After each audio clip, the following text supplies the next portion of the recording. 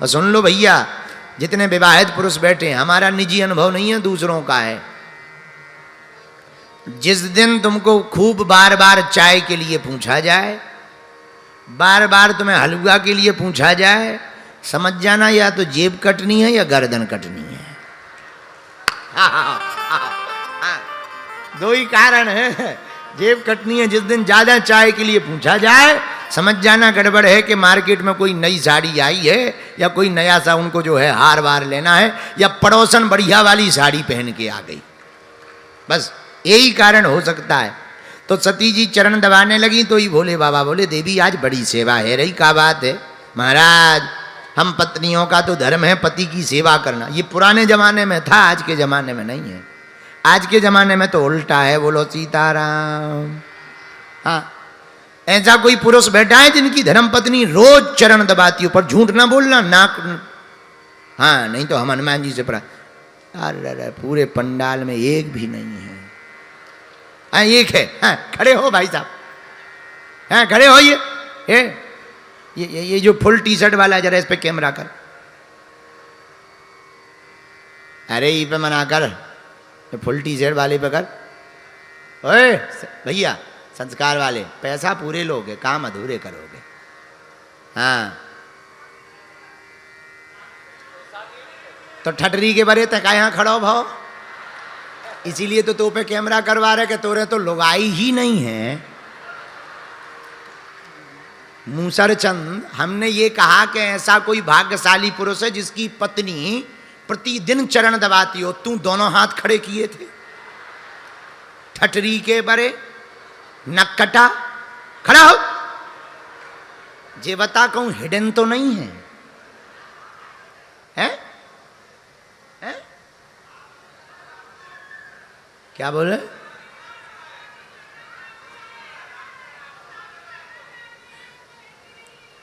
शादी करना चाहते हो तो क्या हम मैरिज ब्यूरो खोलें का? ठटरी के बरे हैं, हम मैरिज ब्यूरो खोले बैठे का हैं? तो पर दोनों हाथ क्यों खड़ा किए थे ये बता पहले। जब तेरी शादी नहीं हुई, लुगाई नहीं है, और हम प्रसंग बोल रहे लुगाई लुगवा से संबंधित, तू हाथ क्यों खड़ा किए था ये बता पहले, हैं? हम ऐसे शर्मा रहे जैसे नई दुल्हन ते ही बन रहा हो है। ठटरी के बारे। हाँ, भाग्यशाली पुरुष तुम खड़े हो जरा, हाफ शर्ट वाली तुम आई हो गई। अच्छा, साथ ही में आए, आई हैं, रोज सेवा करती। अच्छा, ऐसा तो नहीं कि वो बगल में बैठी तो उन्होंने धक्का दे दो कि हमारी नाक बचा ले, सो तुम खड़े हो गए हो, हैं?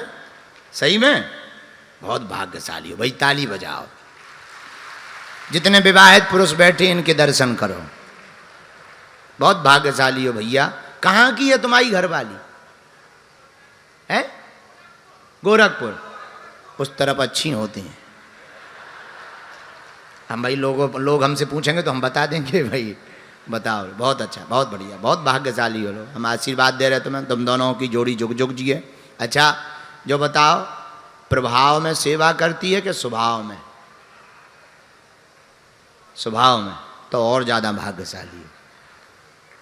चलो, भगवान की बड़ी कृपा है, पूरे पंडाल में नाक तो बच गई पुरुषों की।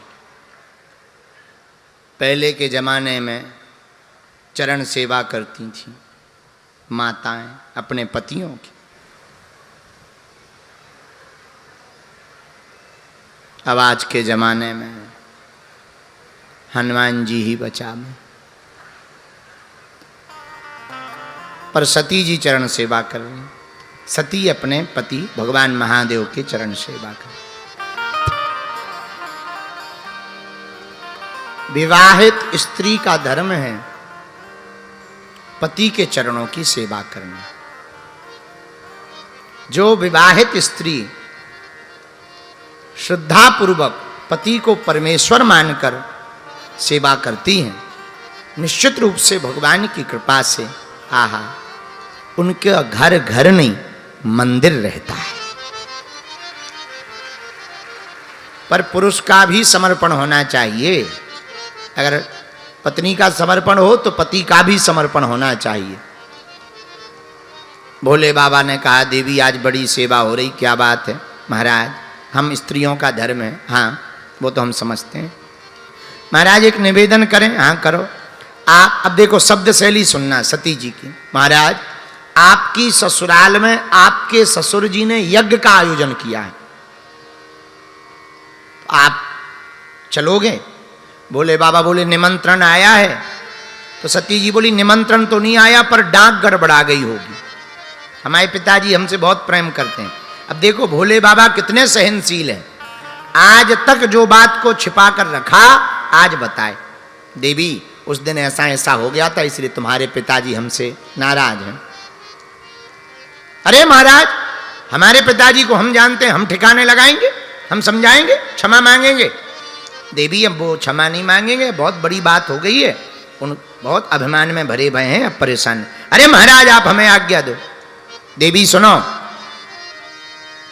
वहां नहीं जाना चाहिए। कहां? आवत ही हर से नहीं, नैनन नहीं स्नेह, और तुलसी तहां न जाइए, चाहे कंचन बरसे में। जहां जाने से तो दूसरों को प्रसन्नता ना होवे, आंखों में प्रसन्नता ना छावे, चेहरा मुस्कुराए ना, ऐसे घर पर सोना भी बरस रहा हो तब भी नहीं जाना चाहिए। और देवी सुनो, रही मन धागा प्रेम का, मत तोड़ो चटकाय, और टूटे से फिर ना जुड़े, जुड़े गांठ पड़ी जाए। पर सती जी नहीं मानी। महाराज हम तो जाएंगे। तो सती जब नहीं मानी, भगवान शंकर ने विचार किया तो भगवान की यही इच्छा होगी। हुई यही सोई जो राम रचि राखा, को करी तरक बढ़ावे सखा। अब जो भगवान ने रचा होगा वही होगा। एक गण को साथ में भेज दिया। वहां सती ने देखा सबका भाग, सबका हिस्सा है, सबका स्थान है, भोले बाबा का स्थान नहीं है। मन बड़ा खिन्न हो गया, मन खिन्न से भर गया। अंत में सोचा सती जी ने कि जो देवता पहले कल तक प्रणाम कर रहे थे आज वो उल्टा देख रहे हैं, कोई प्रणाम नहीं कर रहा, राजा दक्ष के डर के कारण। और मन में सोचा देखो पति के अपमान में पत्नी का अपमान है और पति के सम्मान में पत्नी का सम्मान है। सती ने मन में विचार किया यहां ठहरना उचित नहीं है। तो पिताजी की तरफ देख करके कहा कि आप हमारे पिता हो, ऐसा कहते हुए भी हमें शर्म आ रही। अब हम वापस तो जाएंगे नहीं, वापस जाएंगे तो भोले बाबा कहेंगे आओ दक्षायणी, आओ दक्ष कुमारी, तो मन में और दुख लगेगा। और हम अपने आप में ही हीन से भर रहे कि हमारे अंदर आपका खून रंगों में दौड़ रहा और आप शिवद्रोही हो और शिवद्रोही का खून हमारे अंदर दौड़ रहा, तो हमें बड़ा दुख लग रहा है। अब पिताजी और तो ज्यादा कुछ हम कहेंगे नहीं, पर आप पिता कहलाने योग्य नहीं हो। आंखें लाल हो गईं, नेत्र फड़फड़ाने लगे, होंठ फड़फड़ाने लगे और बड़े आवेश में आकर के सती जी ने क्रोधाग्नि में अपने शरीर को जला करके भस्म कर दिया। भगवान शंकर को पता लगा, खूब दुखी भय भगवान शंकर, खूब मन में अपार कष्ट पहुंचा। वीरभद्र को भेजकर एक बाल निकाला और जमीन पर पटक दिया। विशाल काय पुरुष प्रकट भया, हे भद्र जाओ तुम्हारा कल्याण हो, वीर जाओ तुम्हारा कल्याण हो, जाकर के यज्ञ को विध्वंस कर दो। वीरभद्र खूब सेना लेकर गया, ऐसा बवंडर सा छा गया यज्ञशाला के ऊपर मानो तूफान आ गया हो। और प्रेतों को ले जा करके वीरभद्र ने हमला कर दिया, यज्ञशाला को विध्वंस कर दिया। जो ऋषि मुनि हंसी कर रहे थे सती जी की, सती जी को देख करके जो चिढ़ा रहे थे, यत्र तत्र खड़े हो रहे थे, मुंह टेढ़ा कर रहे थे, वीरभद्र जी ने एक एक करके सबका हिसाब किताब कर दिया। भृगु जी तो डांडी पकड़ के उखाड़ दी। हे महाराज, बड़ी लंबी डांडी लेकर के घूमते हो, तो एक महात्मा की तो डांडी पकड़ के उखाड़ दी महाराज। और इतना ही नहीं, जो पकड़ में आवे सबको पकड़ पकड़ करके दंड देना प्रारंभ कर दिया और राजा दक्ष के सिर को काटकर हवन कुंड में कर दिया स्वाहा, यज्ञ विध्वंस कर डाला। देवताओं को बहुत कष्ट पहुंचा तो ब्रह्मा जी के पास गए, बोले भोले बाबा बहुत नाराज हो गए। बोले क्यों? अरे बोले महाराज क्या बताएं, भृगु जी की डांडी उखाड़ दी, जो पूखा देवता है पूखा देवता की 32 तोड़ दी, और महाराज उनको तो वेदांती कर दिया, दांत ही नहीं उनके मुंह में बचे। महाराज सब देवताओं को एक ना एक करके सभी देवताओं को दंड दिया। ब्रह्मा जी बोले देखो भाई, हम लोग तो गए नहीं, तुम गए हो, अपने मन से गए हो, इसीलिए कष्ट पा रहे हो, अब करें क्या? तो सब देवता बोले आप ही शंकर जी को शांत करवा सकते हो। ब्रह्मा जी बोले देखो स्वभाव के बड़े सरल हैं, छड़े रुष्टा छड़े तुष्टा, रुष्टा तुष्टा छणे छणे, थोड़े में प्रसन्न थोड़े में नाराज। भोले बाबा का ये स्वभाव है, सहज स्वभाव है। देखो भोले बाबा जैसा स्वभाव किसी का नहीं, आहा, और इनके जैसा कोई देवता भी नहीं। बाकी जितने देवता हैं उनकी केवल पत्नियां पूजती, हमारे एक शंकर जी हैं कि इनका पूरा खानदान पूजता है। हो शंकर जी है, यहां पर भी प्राण प्रतिष्ठा हमारे त्रिपाठी जी करवा रहे, पारदेश्वर महादेव की प्राण प्रतिष्ठा हो रही है और शंकर जी का पूरा खानदान पूजता है। बाकी देवता, अब विष्णु भगवान है तो केवल लक्ष्मी जी पूज रही, आहा, और भी हैं एक आध संतानें पूज रही, काहू काहू की ब्रह्मा जी पूज रहे, ब्रह्माणी पूज रही और नारद जी भी पूज रहे, लेकिन शंकर जी खुद पूज रहे, इनकी पत्नी भी पूज रही दुर्गा रूप में, पार्वती के रूप में। लो इतना ही नहीं, इनके जो बेटा हैं वे सब पूज रहे, गणेश जी पूज रहे, कार्तिकेय जी पूज रहे। चलो भैया, बेटा तो बहुत से देवताओं के पूज रहे, लेकिन बेटा तो बेटा, बहुएं पूज रही, गणेश जी की बहू घरवाली रिद्धि सिद्धि भी पूज रही।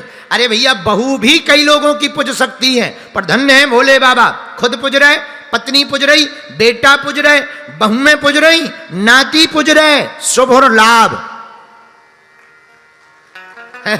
इनका पूरा का पूरा खानदान पूज रहा। इसलिए तो सब हैं देव, भोले बाबा हैं महादेव, सब देव हैं, पर शंकर जी महादेव हैं क्योंकि इनका पूरा खानदान। अच्छा, इनके जैसा सामंजस्य कहीं नहीं, क्या गजब का सामंजस्य है भोले बाबा में, जरा विचार तो करो। आहा, क्या गजब का सामंजस्य, और जगह नहीं देखने को मिलेगा। अच्छा, शंकर जी का वाहन क्या है जरा बताओ, बोलो? बैल। और पार्वती जी का शेर। और दोनों में बताओ कितनी मित्रता है, शेर में और बैल में, दोनों एक दूसरे में अपोजिट, पर दोनों एक ही घाट पे पानी पी रहे। अच्छा जरा दूसरा देखो, शंकर जी के गले में सांप, और सांप किसको खाता है? चूहा को। और चूहा किसका वाहन है? गणेश जी का। और बताओ दोनों एक ही घाट पे पानी पी रहे हैं। अच्छा लो चलो, शंकर जी के गले में सांप, और शंकर जी का एक बेटा है कार्तिकेय, कार्तिकेय का वाहन है मयूर, और मयूर किसका भोजन करता? बोलो बोलो बोलो, सांप का। लेकिन दोनों एक ही घाट पर पानी पी रहे हैं, क्या गजब का संयोग देखो। और शंकर जी का आहा, मस्तक पर क्या है? चंद्रमा, चंद्रमा के ऊपर गंगा, मस्तक पर है, सिर पर है गंगा, और गले में है विष, एक है गरम एक है एकदम नरम, पर दोनों एक ही जगह हैं। यही तो भोले बाबा हैं, इसलिए सबको देव कहा जाता है, हमारे भोले बाबा को महादेव कहा जाता है। सब देव हैं, पर शंकर जी महादेव। बोलो सीताराम, जोर से बोलो, और जोर से बोलो पूरा भैया। जब देवता पहुंचे, महाराज कृपा करो, सब ब्रह्मा जी पहुंचे, बोले महाराज आपके जैसा कोई देवता नहीं है। खूब श्लोक गाए, नमामि समीशान निर्वाण रूपम विभुम व्यापकम ब्रह्म वेद स्वरूपम निजम निर्गुणम निर्विकल्पम निरीहम चिदाकाशमाकाश वासम भजे हम। खूब स्तुति गाई, हे भोले बाबा आप तो त्रिभुवनपति हो, त्रिगुणातीत हो, आपका क्या कहना, हम पर कृपा करो। अच्छा, शंकर जी के यहाँ दो बातें तो विशेष हैं ही हैं। एक तो इनका पूरा खानदान पूछता, दूसरी बात यह है कि इनके सब यहाँ विरोधी हैं पर एक घाट पे पानी पीते। तीसरी और खासियत है, कहो तो बताएं।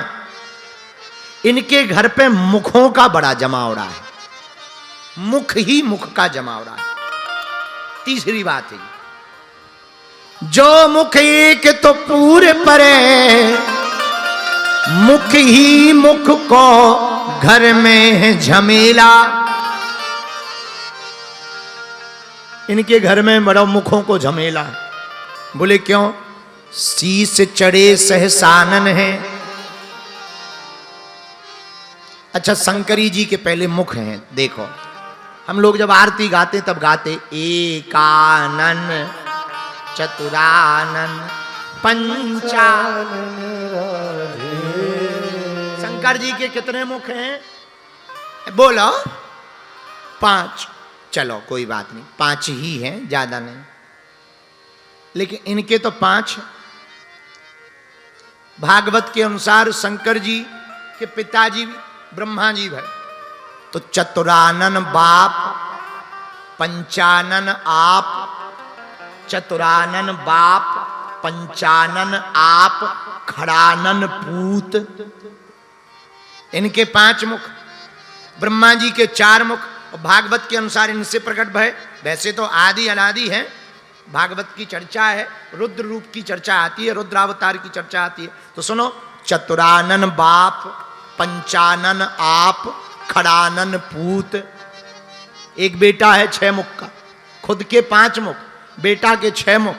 अच्छा बताओ, चलो खुद के 5, बेटा के 6, कोई बात नहीं। लेकिन इन्होंने एक चेला बनाया, दशानन चेला।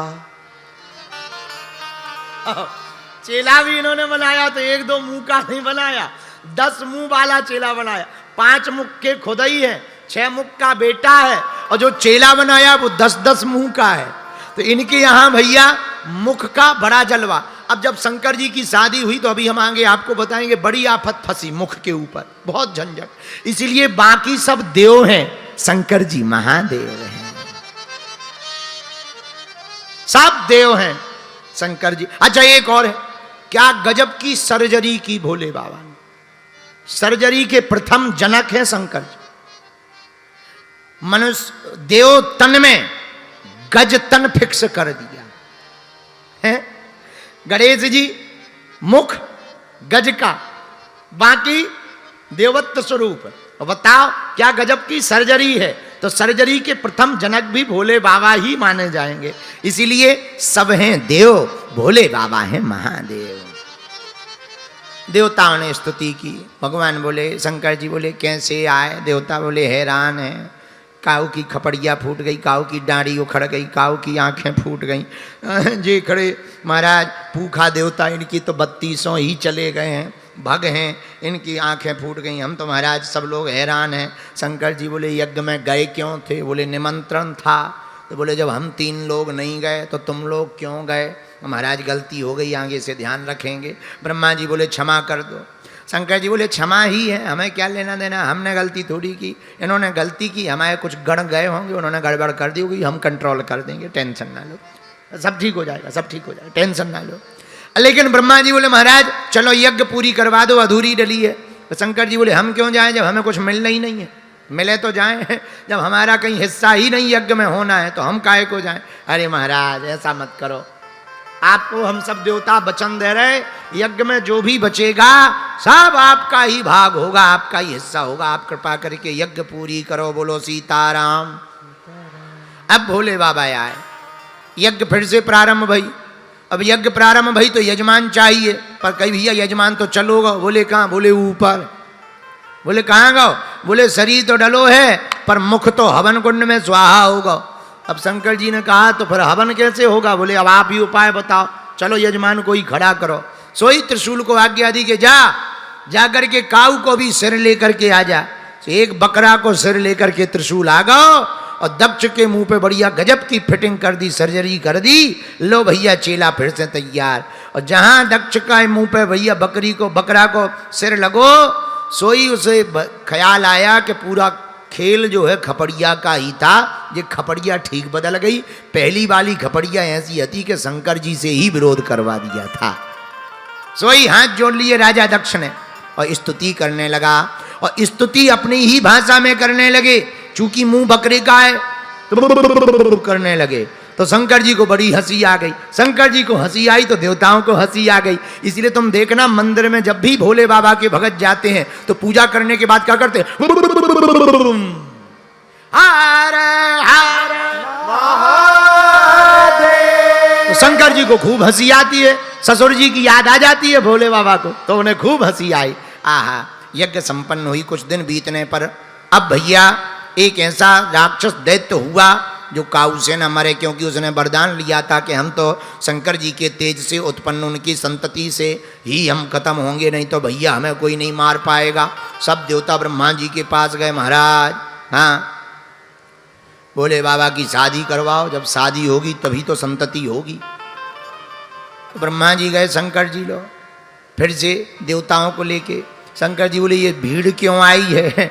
देवता बोले महाराज, ब्रह्मा जी बोले महाराज बहुत दिन से इन्होंने शादी के लड्डू नहीं खाए, तो इन लोगों का मन है कि शादी के लड्डू खा लें। बोले बाबा बोले हमारी एक तो हो गई, वह बची नहीं है, चली गई, उसका शरीर पूरा हो गया है, अब हम तो शादी वादी करने वाले नहीं हैं। देवता बोले महाराज कर लो, इन लोगों का मन रहेगा। अब वो दैत्य भी परेशान कर रहा है। भगवान राम जी की आज्ञा जब भगवान भोले बाबा को लगी तभी जो है आहा भोले बाबा माने कि ठीक है, अब जब तुम सब कहते हो तो हम मान जाएंगे। थोड़ा हम जल्दी जल्दी सुना देते हैं कथा ताकि ठाकुर जी का अवतार हो जाए। अब 10वें स्कंद तक कैसे पहुंचेंगे, हनुमान जी ही बचावे। तो बोले अब जब रघुनाथ जी की आज्ञा लग गई तो भोले बाबा तैयार हो गए शादी को। मुहूर्त निकल गया, अमुक तारीख को बारात जाएगी। अब बारात में दूल्हा तो शंकर जी बड़ी मुश्किल से बने, पहले तो शादी को बड़ी मुश्किल से माने। अब जब शादी की तिथि तय हो गई, सब फाइनल हो गया, तो जिस दिन बारात जानी थी सब देवता तैयारी कर रहे हैं। जमराज अपने भैंसा को साफ कर रहा और रोज से ज्यादा बुरुश को घिस रहा। तो भैंसा बोला महाराज आज हमारी इतनी घिसाई क्यों हो रही है? जमराज बोला आज तुझे काला से गोरा निकालेंगे। क्यों? बोले बारात में जाना है, शाम को बारात है, बारात में चलना है।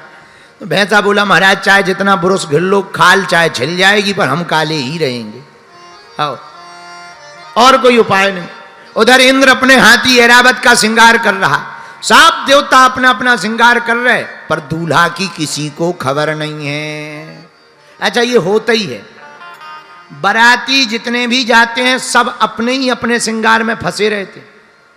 और तुमने देखा होगा जितने भी शादियों में बारात में जाते हैं सब अपने अपने श्रृंगार में फंसे रहते। अच्छा किस लिए इतना श्रृंगार करते कि हम बारात में जाएंगे तो लोग हमें देखेंगे। और तुम पूरी बारात में चेक कर लेना, कोई किसी को नहीं देखता है, सब अपने ही अपने को देखते रहते हैं।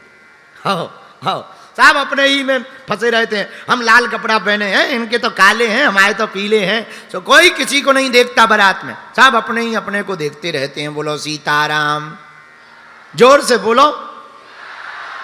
अब शंकर जी को शाम होने वाली है, आपस में ही गण बोले बाबा आज बारात जानी है। शंकर जी बोले चलो।